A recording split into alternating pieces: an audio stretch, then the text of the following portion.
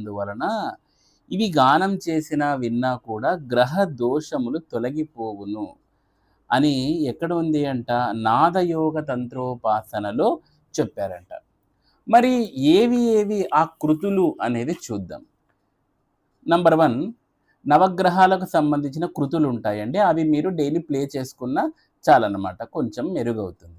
So, నవగ్రహాలకు సంబంధించిన కృతులు ఏవేవి అనేది చూద్దాం. ఇప్పుడు నవగ్రహాలకు సంబంధించిన కృతులు, వాటి పేర్లు ఏంటి, రాగము, తాళం అనేది చెప్తాను. సో, అది మీరు నోట్ చేసుకోండి. ఓకేనా? సో, ఫస్ట్ రవిగ్రహానికి సంబంధించిన కీర్తన సూర్యమూర్తే, రాగం సౌరాష్ట్ర రాగం, తాళం ధ్రువ తాళం.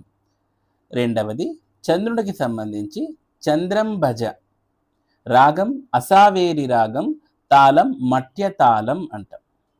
మూడవది కుజుడికి సంబంధించి అంగారకం కీర్తన పేరు, రాగం సురటి రాగం, తాళం రూపక తాళం.